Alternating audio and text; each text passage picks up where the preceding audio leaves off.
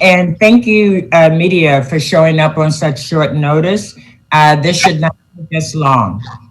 I want to be very clear. There is an accusation that threatens to damage my reputation as a city council member and as the transportation commissioner.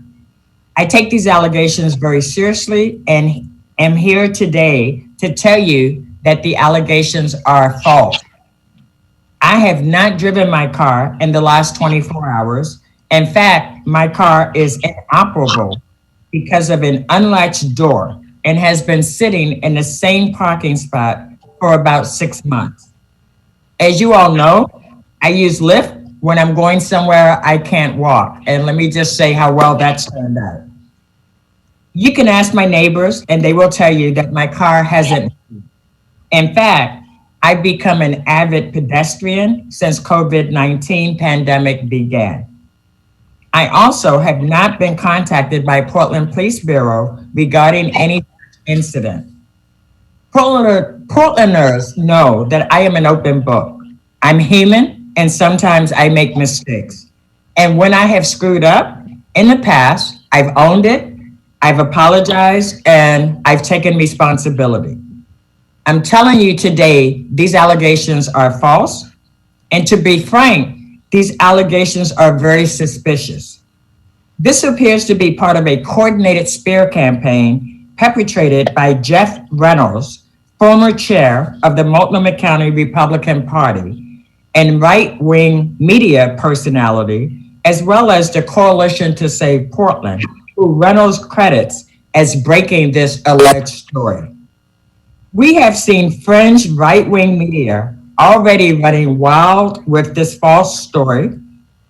And this is an attempt to make a story where no story exists. That's why I felt it was necessary to contact the media and have this conversation directly. When you have taken on police accountability issues as long as I have, you come to expect these kind of attacks. I've experienced them in the past, and I expect I will continue to experience them in the future. I'm happy to answer any questions you may have.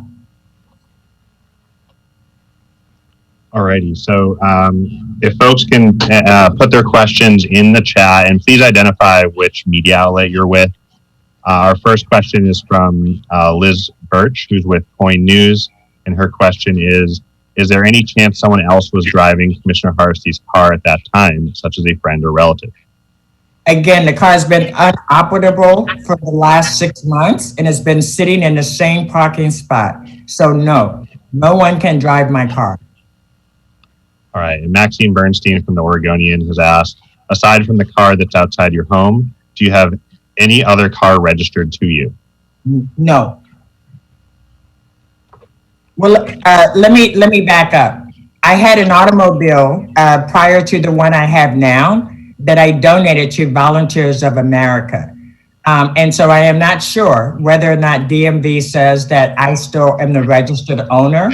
After COVID happened, it became impossible to actually do the DMV transfer process. So it is very possible that there is another automobile that is registered to me. However, it is currently at the lot at Volunteers of America as a donation to their program.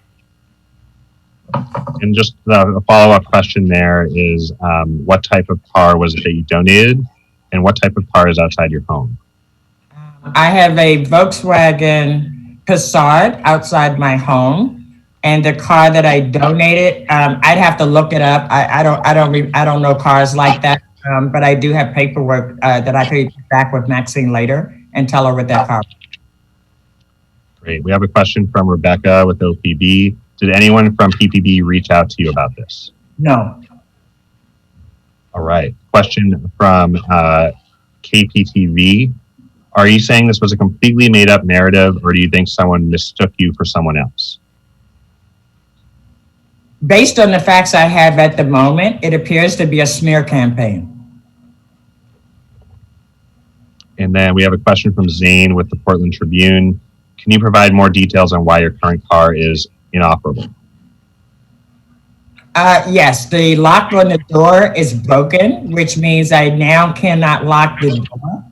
And so because I cannot lock the door, the battery is dead.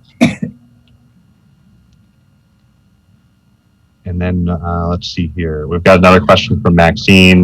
Were you home at 4:48 p.m. yesterday, or were you driving in someone else's car? I was home. The media may remember that I was at City Council most of the day yesterday. Shortly after 4 was when council ended, and I did not leave my house at all yesterday, not in the last 24 hours. Great. We have a follow-up from K2. You say this is a smear campaign. Do you believe they asked someone to report your license plate and got a teacher to say this? I don't know how or what happened. All I know is that Maxine Bernstein called my office this morning asking if I had been involved in a hit and run. And that was the first exposure I had to any allegation of me doing anything to anyone. Great.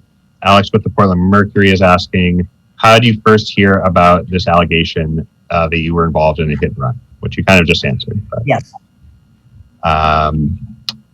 Let's see. I guess, why would you think this is a smear campaign is a question coming up. As someone who's been working on police accountability in this community for 32 years, I can tell you that this is a normal tactic used to discredit people who accountability into our policing force.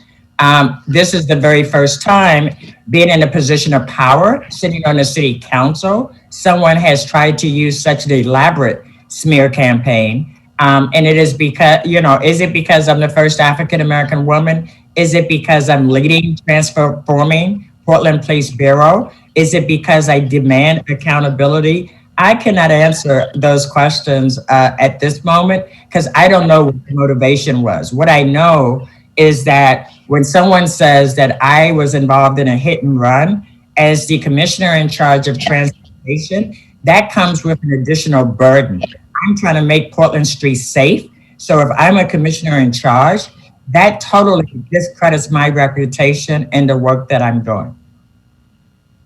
All right, we've had a couple of questions kind of following up on the donation to Volunteers for America.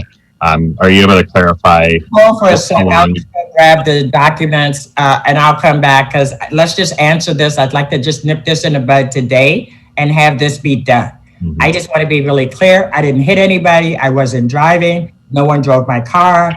And all this entire allegation is totally false. Hold for a sec. I will go get the document and be right back.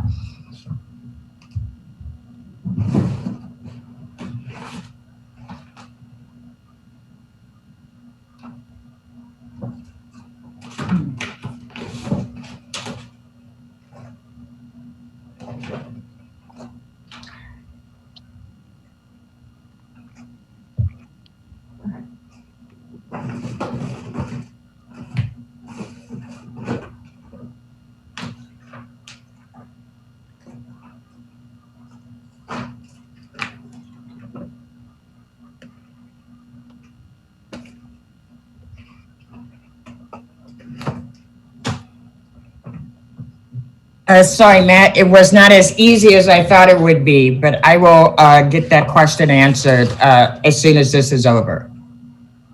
Sounds good. Alex from the Mercury asks, if this is in fact a smear campaign, how do you plan on holding the people accountable to spread this misinformation? And do you believe this needs to be investigated? Thank you for that question. Yes, I do believe this needs to be investigated. And it's my hope that Portland Police Bureau will vigorously investigate these false allegations and use whatever means necessary to hold the individuals responsible accountable.